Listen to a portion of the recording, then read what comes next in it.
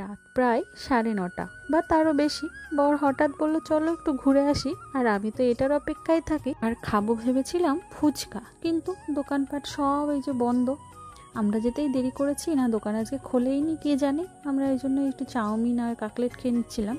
আর তারপরে আমি বললাম একটু জিরে খাবো, সেই জিরে ফ্লেভারের যে কোল্ড ড্রিঙ্কসগুলো হয় সেগুলো খাবো। তো সেটা নিতে গিয়ে এই দোকানদার বললো এটা নিয়ে যাও। তো এটা নিতেই এই যে যাচ্ছি, লাফাতে লাফাতে চলে যাচ্ছি কাদা পাড়া সব ডিঙিয়ে। গিয়ে আমার বরকে বলছি এটা খাও, বলছে এটা কি এনেছো, এটা কি ভালো হবে? তা বললাম হ্যাঁ ভালো হবে, বললো যে এটা আছে আর একটা আছে। তা বললাম এটাই দাও। ও তো খেয়ে বলছে এর মধ্যে সার্ফের জলগুলো নয়, যে ফেলেই দিল। আমাকে একটু বকাবকি করলো যে কী নিয়ে এসেছো।